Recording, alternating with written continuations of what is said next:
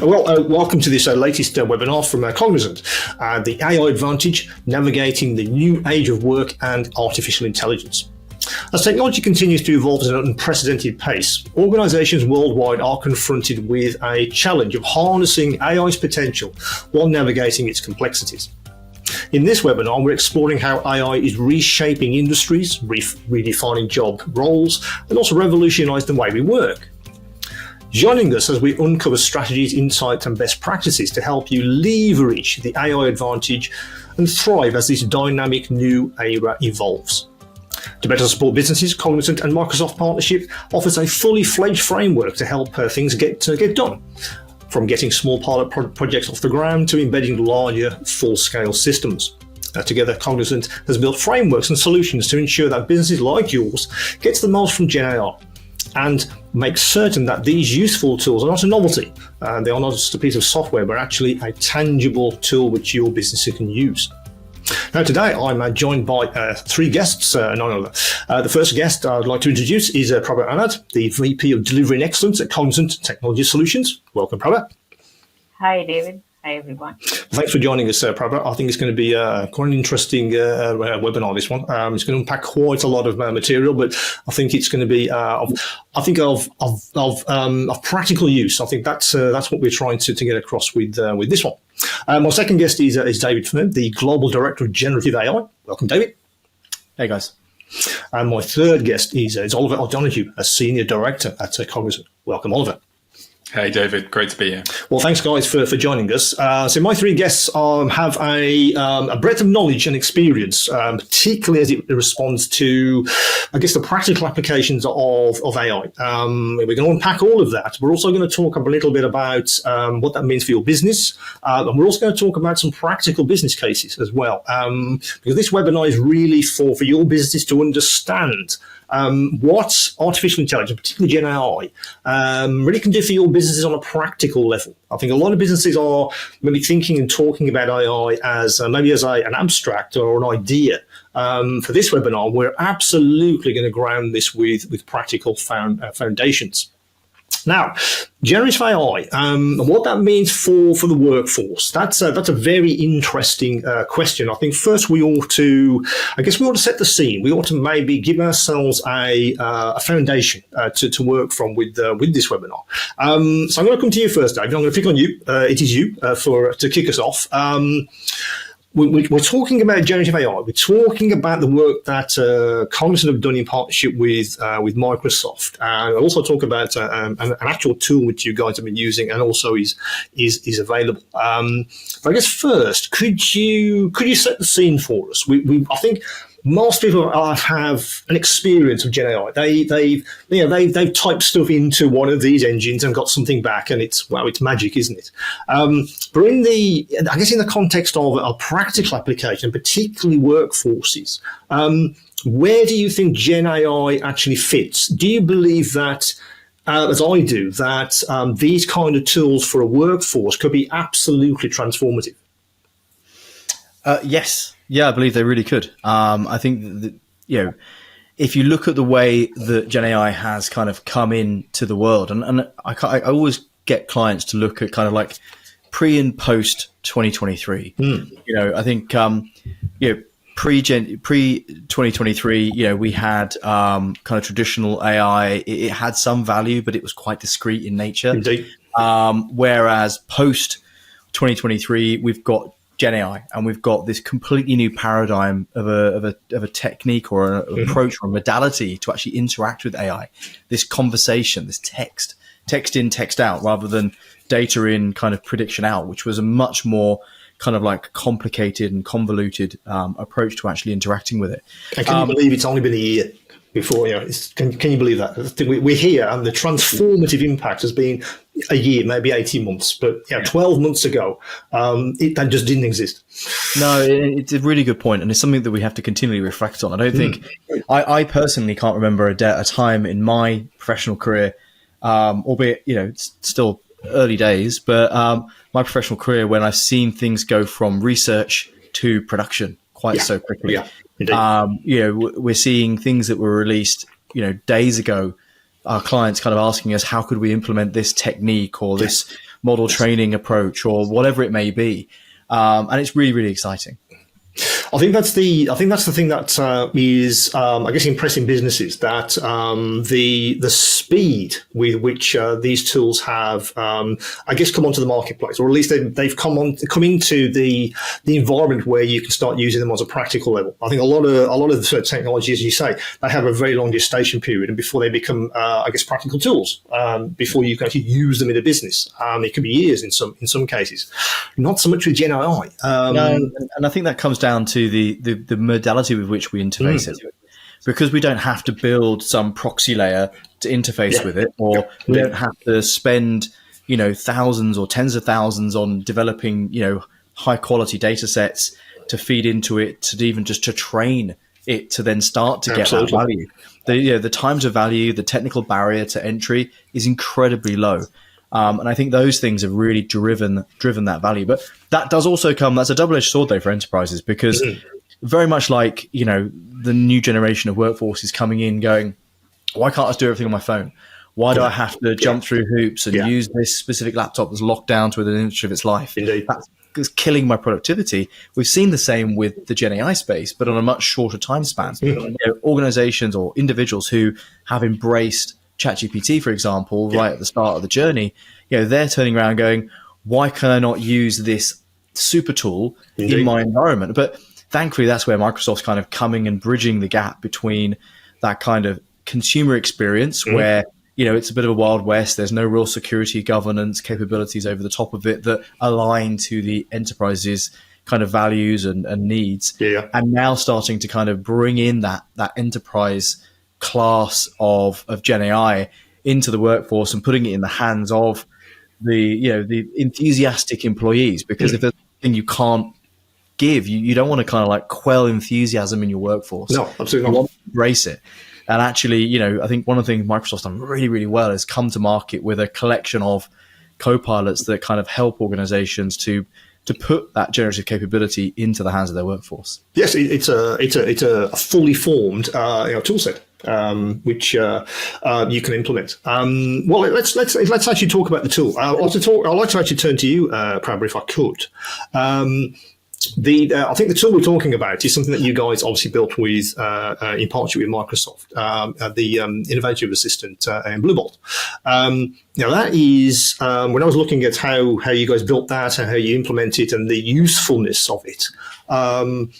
It's really all about, well, you have this tool for workforces and how it's been used, the creativity and the way that it's been, I guess, embraced. I'll be very, very, I think I'll be struggling to think of anything else that came before it that's had that kind of impact. So, but could you give us a little bit of background on that? How the tool actually maybe came about, and obviously the partnership with Microsoft. But more importantly, how that makes the tool a practical application for workforces and really how it's being embraced. Okay, thanks, David. So Cognizant has had this decade-long practice of innovating for our customers. So we've had a central platform called Bluebolt Central, and that has about 250,000 ideas already sitting on the database based on the work it's a massive number. That our associates have done through via ideathons, hackathons, many cases involving the customers or within our own teams and then presenting it to the customer, right? So what we did with the advent of Gen AI is that in collaboration with Microsoft, we built a virtual generative AI assistant on top of the Bluebolt platform. So what it does is it kind of uses our innovation knowledge, our history of innovations that we have done in the past for various customers, and it synthesizes and provides a clear view to our associates in terms of what are the various problems, what are the ideas and the solutions that can help our customers, right? And that too, it provides it in the context of the associate and in terms of the context of the engagement in which it is working, right? For example, let me say that we have a project around sustainability that we are doing for an energy customer. And if the team leader or an associate working on that project wants to know what has the innovations been done on this area, right? So it goes through the database, looks at the meta tag, and then kind of synthesizes, filters, and abstracts and assimilates and gives information back to the associate, right? So it helps them to innovate at scale and at the pace that we want them to, right? And an important aspect that we also want, that I would like to highlight is, that Cognizant is, we are a service provider. We work for different clients. And the way we have designed this assistant is that it takes care of client confidential information and sensitivity, so that it only gives abstracted information that makes the thinking process faster for our associates, and they are able to kind of tune their thinking around similar such things that they can do for their customers in similar domains, and provide innovations to solve customer problems. So that's how I see practically the innovation assistant being used by our associates. Yeah, I think sky's the limit. It really is. It's the level of, I'd say, the creativity and the how you can start utilizing these tools, straight away. I think once you give a workforce that kind of opportunity, then they'll just run with that. And how that then, I guess, uses the collective knowledge which these people have, give them a platform to explore that, to understand that, to communicate and collaborate with that. That's so powerful. It seems to me. Now, I want to turn to you, Al, if I could. I guess a lot of people listening to this will say, "Well, that's fantastic and wonderful. Let's do that. Where do we sign up?" But let's talk about challenges as well. I think a lot of businesses will say we want to do AI. What does that mean for us, particularly with our workforce? How can we enhance their productivity, their efficiency, etc., the collaboration? I think you did some very, very interesting research. We looked at just that common challenges which businesses face when they're looking at these kinds of technologies. Could you sort of summarize for us, I guess the key findings that you found when you're talking to people, I guess, that want to do this kind of thing? Are you hearing that the challenges are kind of similar? Or are you hearing that it is very bespoke for each business? Or is AI in the business context, the challenges are very similar? Yeah, sure. I mean, it's an interesting question. I'll take something of a zoomed out approach. So I lead a team of researchers, analysts, and futurists, and our job is to try and contextualize how technologies like generative AI will impact businesses and the socioeconomic environment at large. And you're right, we've just come off the back of a really interesting piece of research, which includes a variety of things. We've kind of gone from the bottom up, found 18,000 tasks that power the US economy, the 1,000 jobs that sit above them. And we've used that data set to model the overarching impact on the US economy. So we expect there to be significant productivity gains. We expect a sizable bump to GDP. Underpinning all of that, though, is this adoption modeling that we've created to try and understand how rapidly businesses are going to adopt this tech, and how quickly we'll see some of those productivity gains and some of the impact.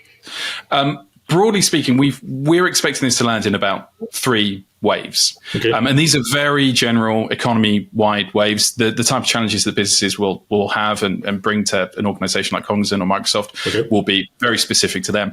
But in the first wave, which we're calling experimenting and preparing, which is what we're in now, and we expect to run until about 2026, has kind of 3 big stages to it.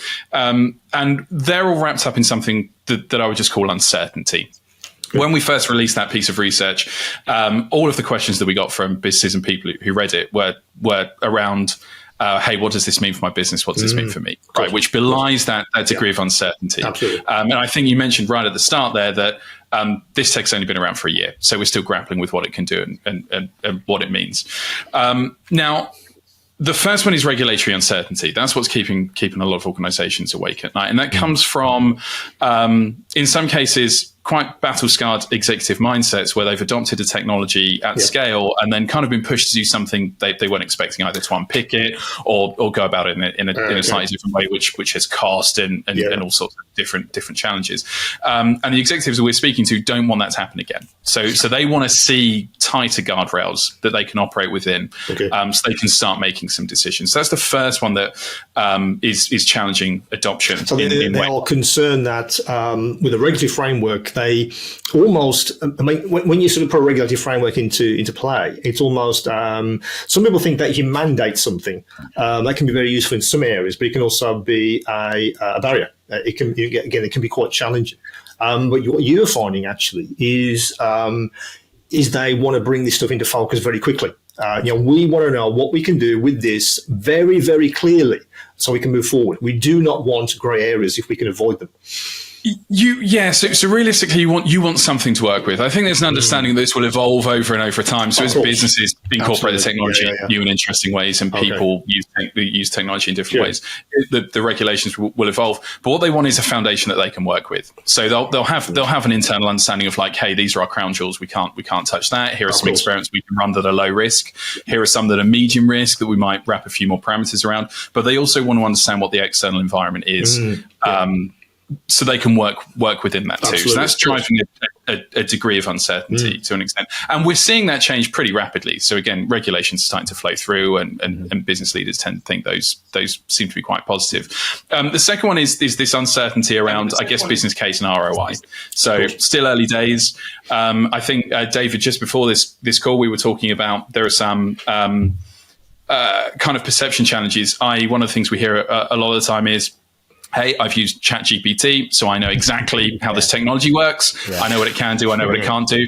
And the other big one is, isn't it free? So they build, you can really quickly build a business case or a plan or a model that just makes no sense in reality. That's interesting. So is that correct, David? Then often the way that this kind of thing is going to be adopted, that needs to be understood very well if it's going to be put in place and it's going to do the job you expect it to do. So adoption is very, very important. It's not even adoption. It's more like come back from adoption, come way back from adoption and start to think about what does a use case look like? What are the key attributes of a successful use case? One of the first things that we did back in January, February last year was we sat down and we came up, we pivoted off of a research paper and actually came up with a set of generative AI design principles just to help people focus their attention away from kind of linear application design where you would have, one thing would happen, another thing would happen, another thing would happen,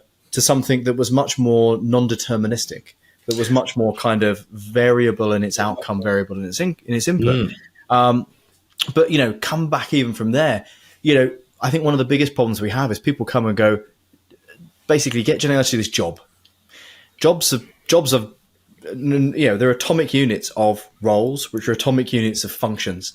And, each one of those functions we could probably apply Gen AI to, and we can string those functions together to create something that kind of is analogous to a role. And then, but these aren't small problems, right? This isn't overnight stuff. And to Ollie's point, right, there's a lot of, take away the technical barriers, there's a lot of cultural barriers, kind of regulatory barriers, economic conditions that need to be right for people to be able to see that ROI. So one of the things we're looking at the moment, and we're writing a bit of a paper on it, is what are the perfect conditions to drive the highest possible ROI in the Gen AI space?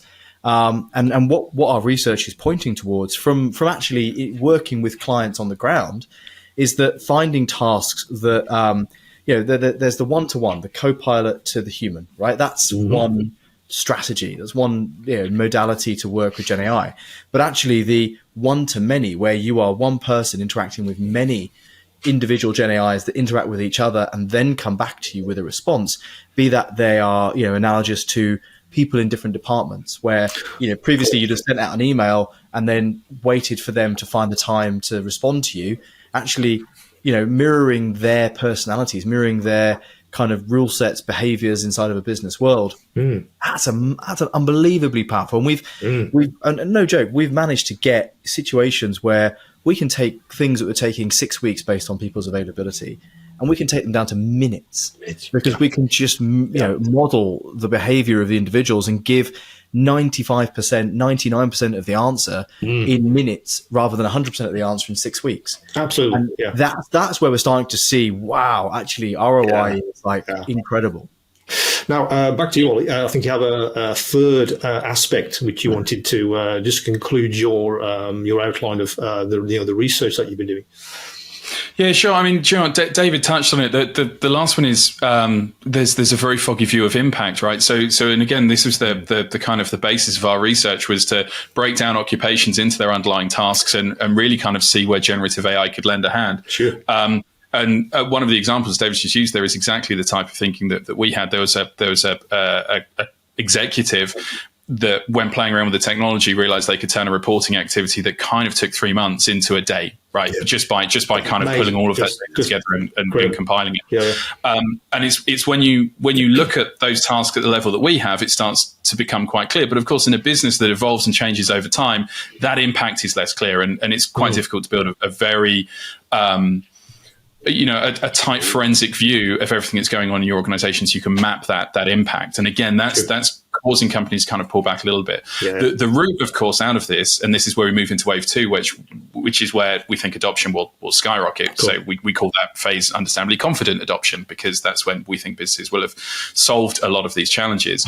But the way through is experimentation, right? And collaboration, working with your teams, working with partners, working with regulators, if that's a potential option, to start figuring out where this technology can apply some value and where those opportunities exist. Yeah, I think that's the exciting stuff, it seems to me. That's where we're entering a sort of age where if you can think it, you can do it. And from a workforce's point of view, that's going to make a very interesting, I guess, new way of working almost.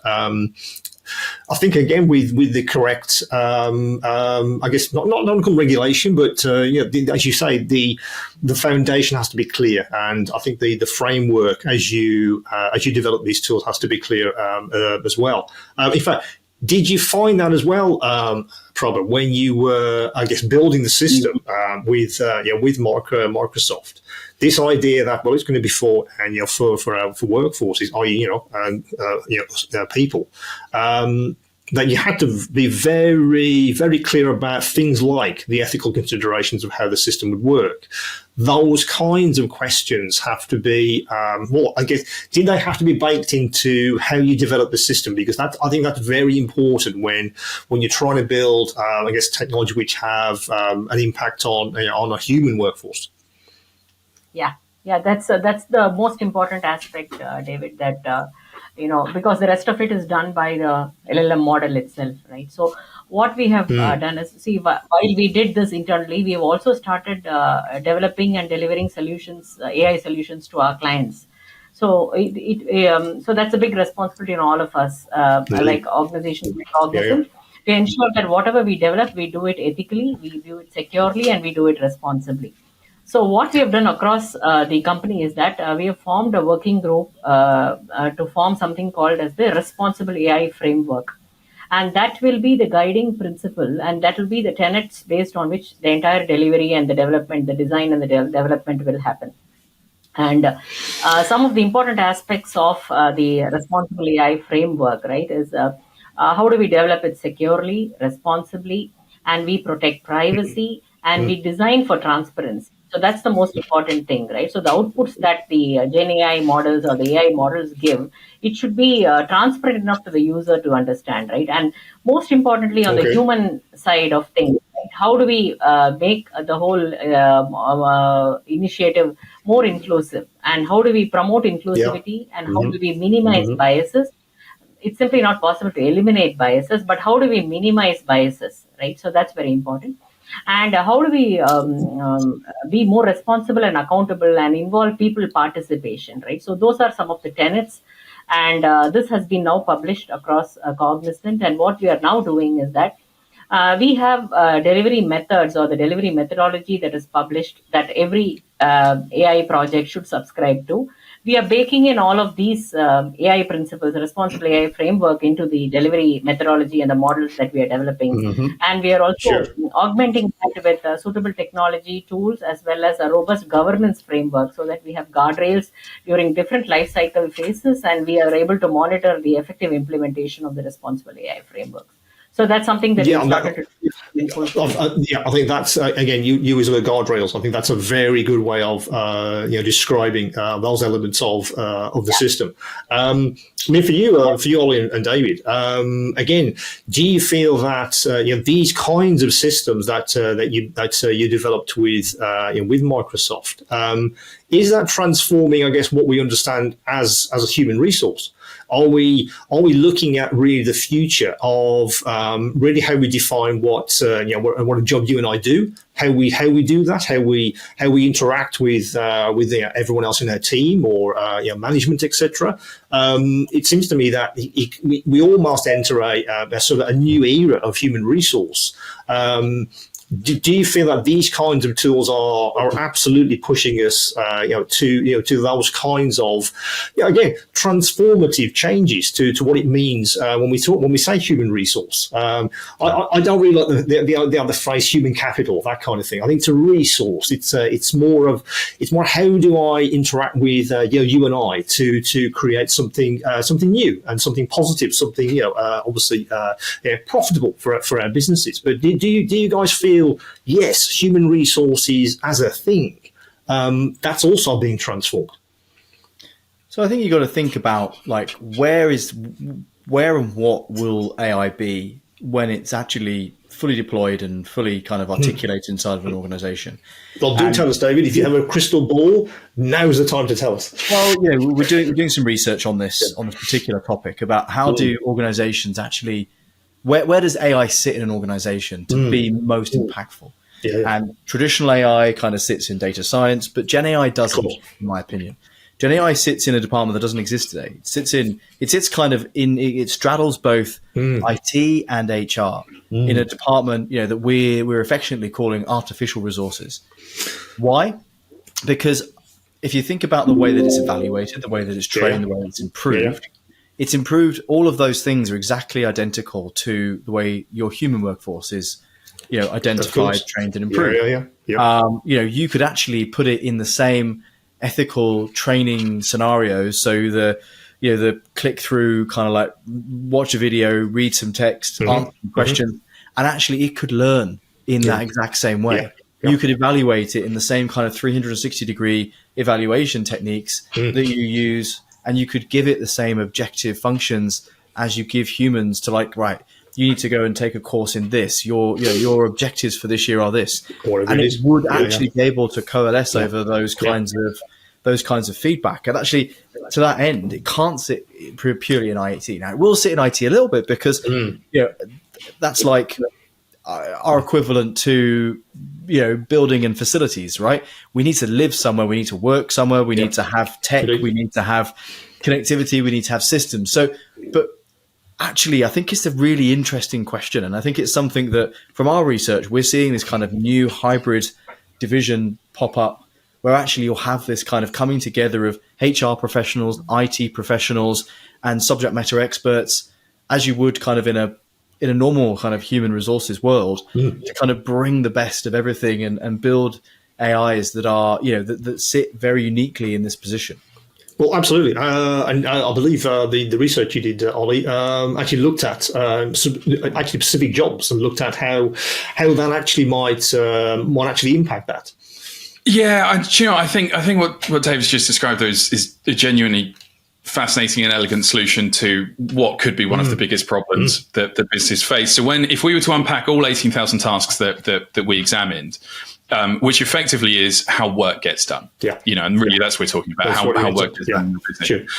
We can plot over time how tightly integrated this technology becomes with human workers, as they fulfill those tasks. In some cases, it just assists a human being in doing something else. In other cases, it automates the task entirely and does the whole thing.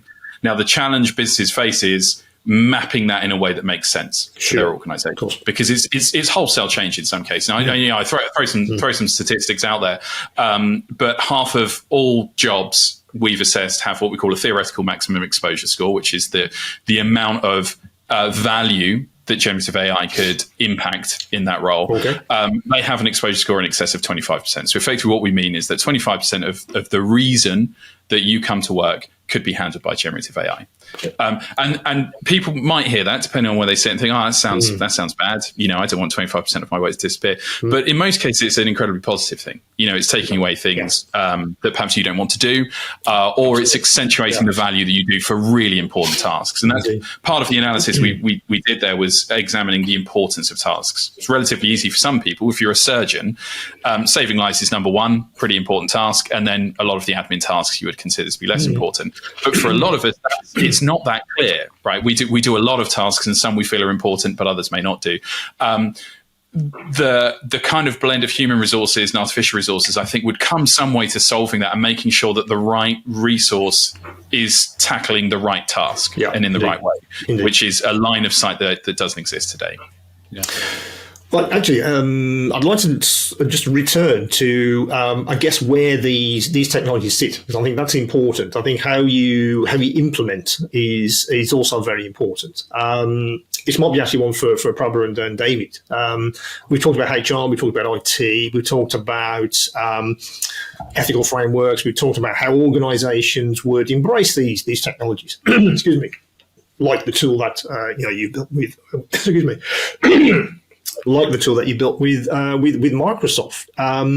Do you both feel that businesses need to understand that it's not an IT exercise, it's not an HR exercise, it's something in the middle, and that something in the middle is that brand new for businesses? Is that something that they have to get their heads around to get the most from tools like Bluebot, for instance?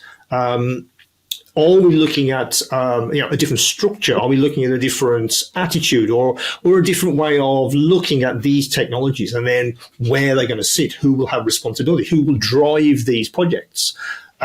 Is that something new, or do you feel that's something that's we can embrace that just by understanding how departments maybe connect together around these technologies? Prabha, feel free to start. Okay, so.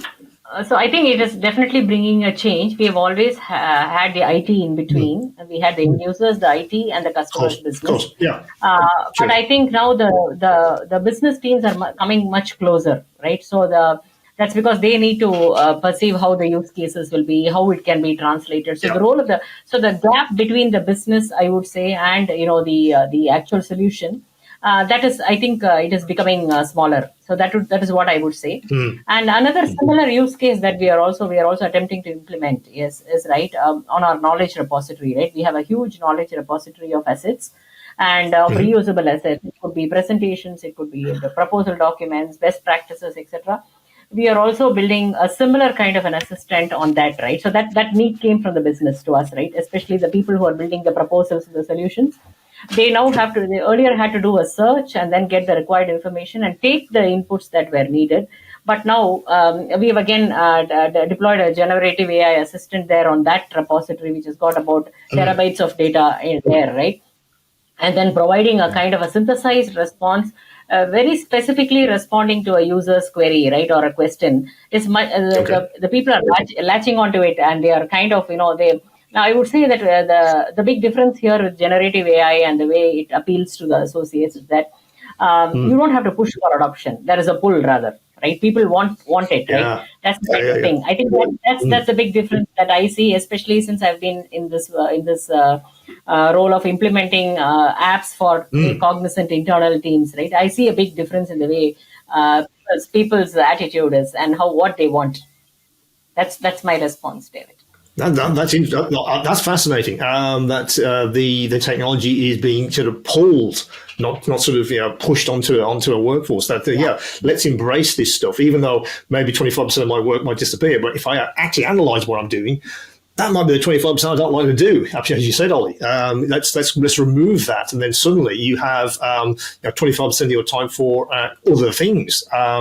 That's very, very interesting. That this kind of technology can get pulled into a workforce and not sort of mandated or given to a workforce. That's a very interesting shift.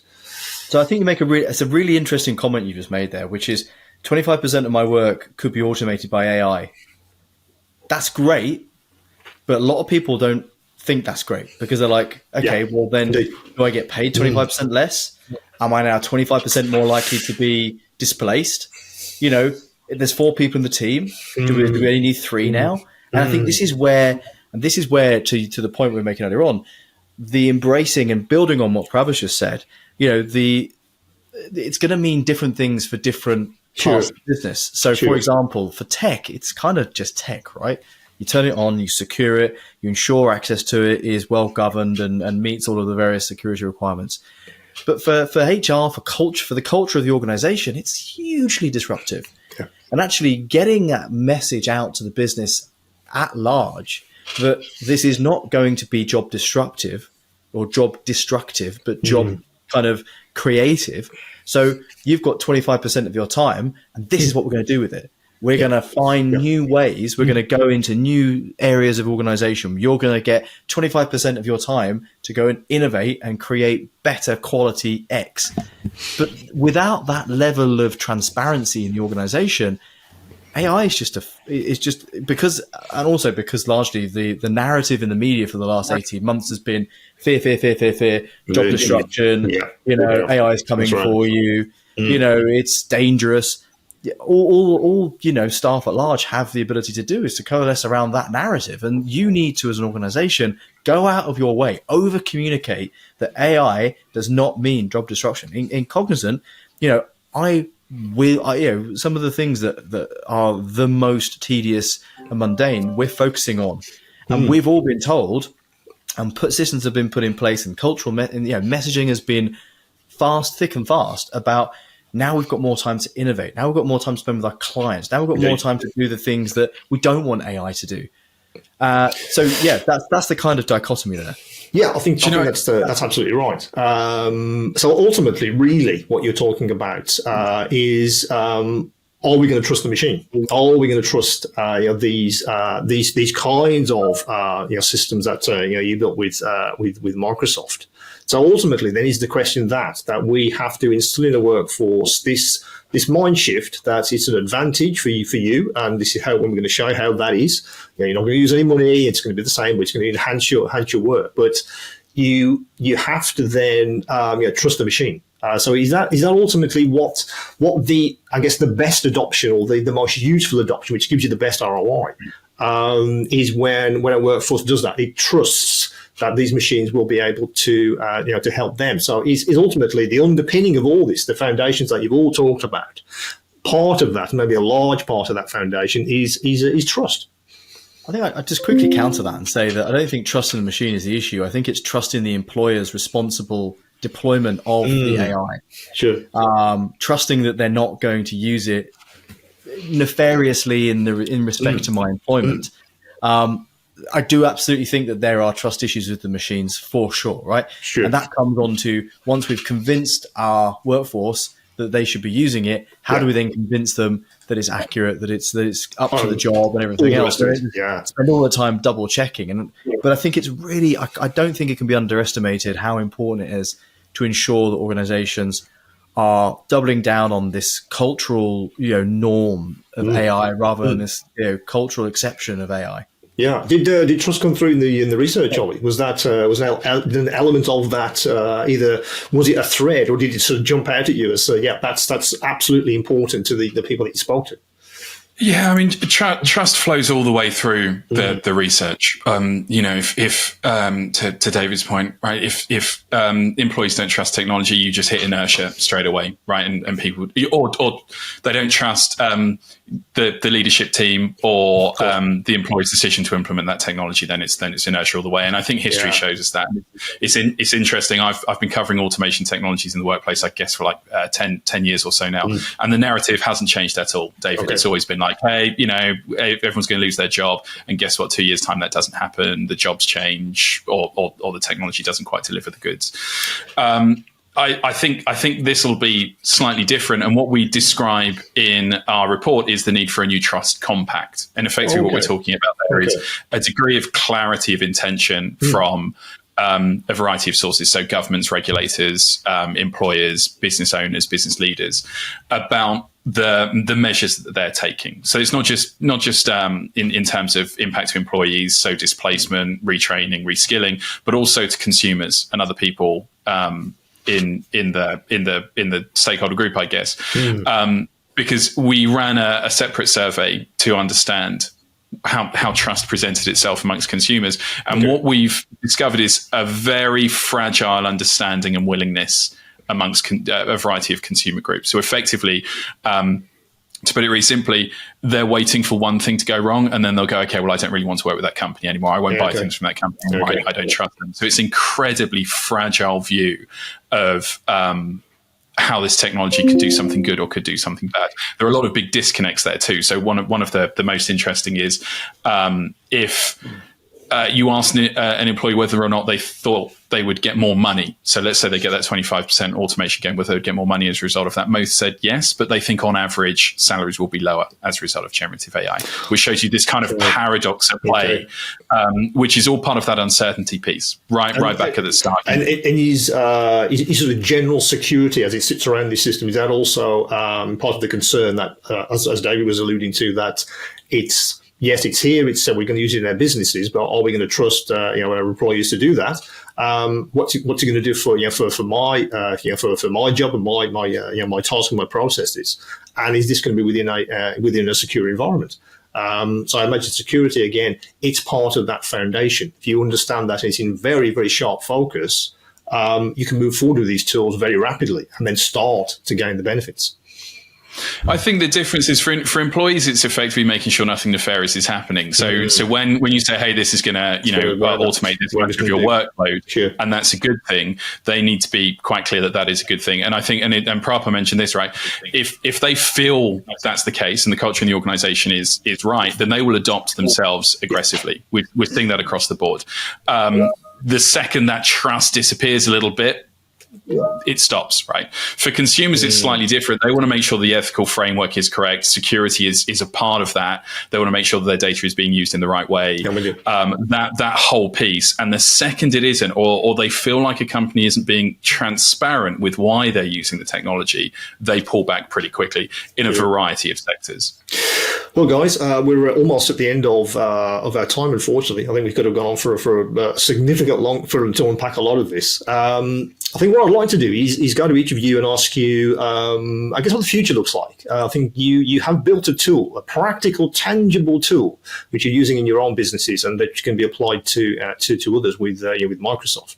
And I feel that's a huge step forward, because now we have something that is tangible and real, which businesses can embrace. They can start to use this across their workforces. And what I feel is it could be transformative. The way you use these kinds of tools, the creativity that you can actually enhance. I'd like to so I come to you first. Say first, Prabha. I'll pick on you. Where do you think these kind of tools are going to go? How do you feel that they will evolve over time? I would imagine you guys are going to roadmap anyway for next versions, and how you're going to roll out some new stuff. I'm not going to ask you to obviously to expand on those. But where do you feel these kind of tools are going to go? I think the tool that you've built it gives us an example of what we can maybe expect in the future. But I'm very interested in what you guys all think is going to happen next. How these are going to evolve forward. Okay, so I think this is just the starting point. We're just the tip of the iceberg, David.